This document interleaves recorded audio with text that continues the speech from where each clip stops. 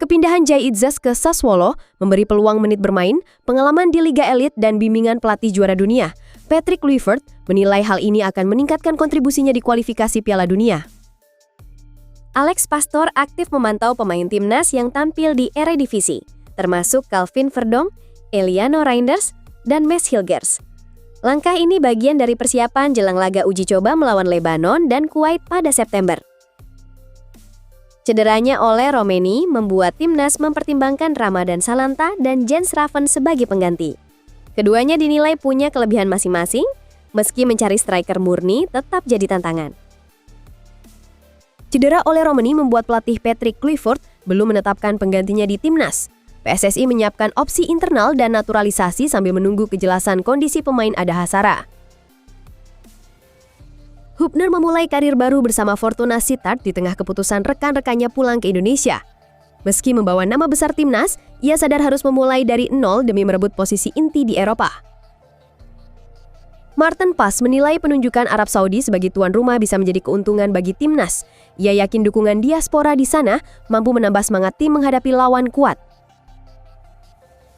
Jangan lupa klik tombol subscribe dan aktifkan lonceng notifikasi agar Anda tidak ketinggalan setiap pembaruan penting dari kami. Simak selengkapnya hanya di Timnas Gol ID.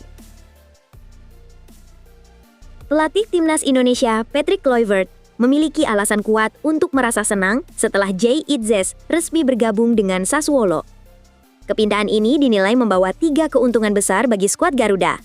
Pertama, peluang menit bermain. Meski lini belakang Sassuolo terbilang penuh, dengan total 7 bek tengah di dalam skuad, Itzes merupakan bek termahal yang dimiliki klub saat ini. Dengan nilai transfer yang dilaporkan mencapai 8 juta euro, ia diharapkan tidak sekadar menjadi cadangan.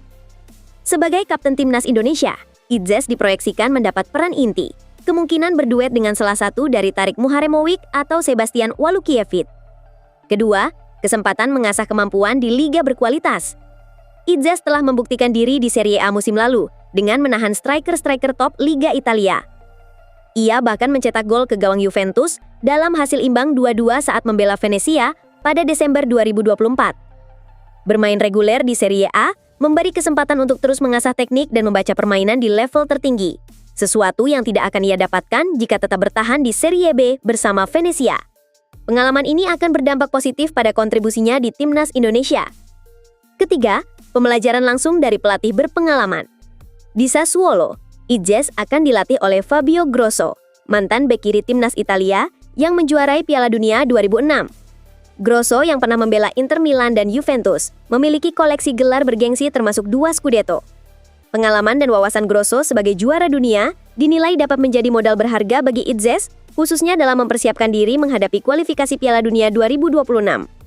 Dengan kombinasi menit bermain yang memadai, persaingan di Liga Elit, serta bimbingan dari pelatih berkelas dunia, kepindahan Jay Itzes ke Sassuolo dipandang sebagai keuntungan strategis yang dapat memperkuat timnas Indonesia.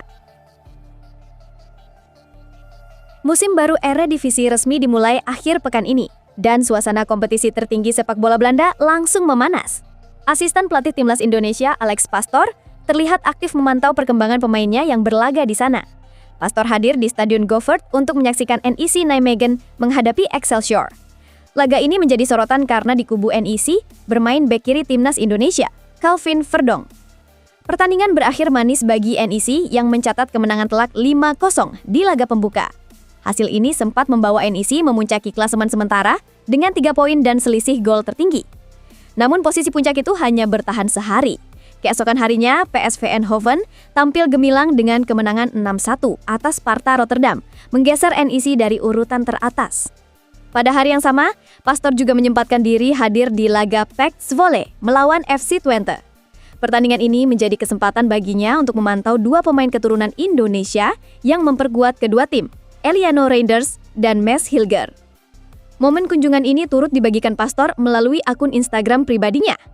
Aktivitas pemantauan pemain ini menjadi bagian dari persiapan timnas Indonesia menghadapi agenda padat di bulan-bulan mendatang. Pada September nanti, skuad Garuda dijadwalkan menjamu Lebanon dan Kuwait di Stadion Gelora Bung Tomo dalam 2 laga uji coba internasional. Pertandingan persahabatan tersebut akan menjadi pemanasan penting sebelum timnas melangkah ke babak 4 kualifikasi pada Oktober. Dalam waktu dekat, jajaran pelatih diperkirakan akan mengumumkan daftar pemain yang akan dipanggil untuk menghadapi 2 laga uji coba tersebut, termasuk para pemain yang kini berkarir di luar negeri. Timnas Indonesia menghadapi kemungkinan kehilangan Ole Romeni pada putaran keempat kualifikasi Piala Dunia. Penyerang Oxford United itu tengah menjalani pemulihan cedera yang dialaminya saat membela klubnya melawan Arema FC di Piala Presiden. Dalam laga tersebut, Romeni harus keluar lapangan setelah mengalami benturan keras di kaki dan kemudian menjalani operasi pada 17 Juli. Pelatih Oxford United, Gary Rowett, mengonfirmasi bahwa kondisi sang striker belum membaik dan kemungkinan absen untuk waktu yang cukup lama. Absennya Romeni menjadi kerugian besar bagi Timnas Indonesia. Pemain kelahiran Nijmegen, Belanda, itu telah mencetak 3 gol penting dalam 4 laga terakhir, masing-masing ke gawang Australia, Bahrain, dan Cina. Dengan postur 185 cm dan kemampuan bermain sebagai penyerang serbaguna, Romeni dikenal sebagai sosok kunci di lini depan skuad Garuda. Namun opsi pengganti mulai muncul. Pelatih sepak bola nasional Rasiman menilai ada 2 nama yang layak mengisi peran tersebut. Pertama, Ramadan Sananta, penyerang DPMM FC yang saat ini bermain di Malaysia Super League. Kedua, Jens Haven, striker muda Bali United yang tampil menonjol di ajang Piala AFF U23 dengan torehan 7 gol sekaligus menyabet gelar top scorer. Menurut Rasiman, keduanya punya potensi untuk diandalkan. Raven dikenal memiliki naluri mencetak gol tinggi, sementara Sananta memiliki pengalaman bermain di level kompetisi senior yang bisa memberi keseimbangan di lini serang. Meski begitu, Rasiman mengakui bahwa mencari pengganti Romeni bukan perkara mudah, karena saat ini Timnas Indonesia minim opsi striker murni. Timnas Indonesia menghadapi persoalan menjelang babak keempat kualifikasi Piala Dunia. Dari hasil undian di Kuala Lumpur, Indonesia tergabung di grup B bersama Arab Saudi dan Irak, lawan yang peringkat FIFA-nya jauh di atas skuad Garuda. Tekanan bertambah setelah Ole Romeni mengalami cedera serius saat membela Oxford United di Piala Presiden, yang mengancam kemampuannya tampil pada putaran Oktober mendatang. Pelatih Patrick Kluivert menyatakan belum menentukan siapa yang akan menggantikan Romeni. Menurutnya, terlalu dini menunjuk nama karena masih ada beberapa pemain yang dapat menempati posisi tersebut. Itu terlalu dini untuk mengatakan siapa yang akan menggantikannya, karena kami punya banyak pemain yang bisa bermain di posisinya, ujarnya. PSSI melengkapi langkah teknis dengan mengupayakan naturalisasi pemain keturunan untuk menambah daya serang. Erick Thohir mengatakan, proses sedang berjalan namun belum memastikan kesiapan pemain baru untuk babak keempat, karena masih bergantung pada prosedur pemerintahan dan persetujuan DPR. Oh ya tunggu, sabar, ujar Erick. Secara praktis, tim pelatih dan manajemen kini menyiapkan beberapa skenario cadangan, memanfaatkan opsi pemain internal atau menunggu hasil proses naturalisasi. Penentuan pengganti Romeni akan didasarkan pada penilaian teknis pelatih, kondisi pemulihan pemain yang cedera, serta kesiapan administratif bagi pemain yang dinaturalisasi. Singkatnya, Timnas Indonesia memasuki fase persiapan kritis dengan tantangan ganda, kualitas lawan yang tinggi dan ketidakpastian ketersediaan penyerang utama. Keputusan akhir mengenai pengganti Romeni dan peluang naturalisasi akan menentukan strategi tim menjelang pertandingan putaran keempat pada Oktober 2025. Justin Hubner resmi memulai babak baru dalam karir sepak bolanya bersama Fortuna Sittard. Keputusan ini diambil di saat sejumlah pemain Timnas Indonesia lainnya memilih berkarir di tanah air, dengan Struijk bahkan bergabung ke Dewa United di Liga 1. Sebagai pemain muda, pilihan Hubner untuk bertahan di Eropa bukan tanpa risiko. Debutnya bersama Fortuna Sittard di laga melawan Go Ahead Eagles menjadi awal dari perjalanan yang ia sebut sebagai tantangan berat. Meski telah dikenal luas di Asia berkat statusnya sebagai pemain Timnas Indonesia dan pengalamannya dipinjamkan ke Cerezo Osaka, Hubner menyadari bahwa di Eropa semua harus dimulai dari nol. Persaingan untuk mendapatkan posisi inti sangat ketat.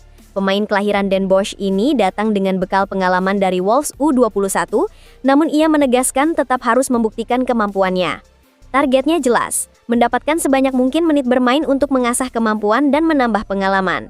Hubner mengaku antusias, menyebut ini adalah momen yang ia nantikan setelah cukup lama tidak bermain reguler. Soal statusnya sebagai pemain Timnas, Hubner bercerita tentang perbedaan besar antara berada di Indonesia dan di Eropa. Di tanah air, perhatian publik begitu besar, hingga ia kerap merasa seperti seorang superstar. Banyak penggemar meminta foto dan membuatnya sulit bergerak bebas. Namun, suasana itu berubah begitu ia kembali ke klub di luar negeri, di mana euforia Timnas sirna, dan semua kembali fokus pada persaingan di level klub. Bagi Justin Hubner, perjalanan di Fortuna Sittard adalah kesempatan untuk membangun reputasi dari bawah, membuktikan kualitasnya dan menunjukkan bahwa dirinya bukan hanya menjual nama besar timnas, melainkan juga siap bersaing di panggung sepak bola Eropa. Martin Paes memberikan tanggapan setelah AFC menetapkan Arab Saudi sebagai tuan rumah ronde keempat kualifikasi Piala Dunia. Indonesia tergabung di grup B bersama Arab Saudi dan Irak, dengan seluruh pertandingan dijadwalkan berlangsung di Arab Saudi. Hanya juara grup yang langsung melaju ke putaran final, sementara peringkat kedua harus bertarung di ronde kelima. Meski keputusan ini sempat menuai sorotan karena dinilai kurang transparan, Paes melihatnya sebagai kesempatan, bukan kerugian. Baginya, Arab Saudi menyimpan kenangan spesial. Di negara itu, ia mencatat debut bersama timnas Indonesia dalam laga uji coba melawan tuan rumah, di mana ia berhasil menepis penalti dan mendapat sambutan meriah dari ribuan supporter Garuda. Paes menyebut, meski bermain tandang, atmosfer terasa seperti laga kandang berkat besarnya dukungan diaspora Indonesia di sana. Ia juga mengungkap pengalaman bermain di stadion besar, baik di kandang maupun laga tandang di negara lain, telah memberinya perspektif baru tentang budaya dan kehidupan. Menurutnya, tantangan di ronde keempat memang berat, mengingat kualitas lawan seperti Arab Saudi dan Irak. Namun, ia menegaskan tekad untuk membantu timnas Indonesia mencatat sejarah lolos ke Piala Dunia, yang akan menjadi warisan berharga bagi dirinya, keluarga, dan seluruh masyarakat Indonesia. Paes berharap perjalanan kali ini bisa memadukan semangat bermimpi yang ia temui di Major League Soccer dengan optimisme khas Indonesia.